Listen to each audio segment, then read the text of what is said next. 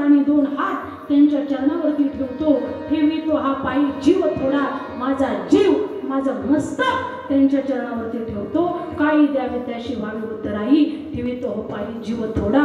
सहज बोलणे हितोपदेश करून सायास शिकविती. साधू संत सहज बोलले तरी त्यांच्या एका शब्दाने आपला उद्धार होऊ शकतो, आपले जीवन बदलू शकतं. म्हणून सहज बोलणे हितोपदेश करून सायास शिकविती.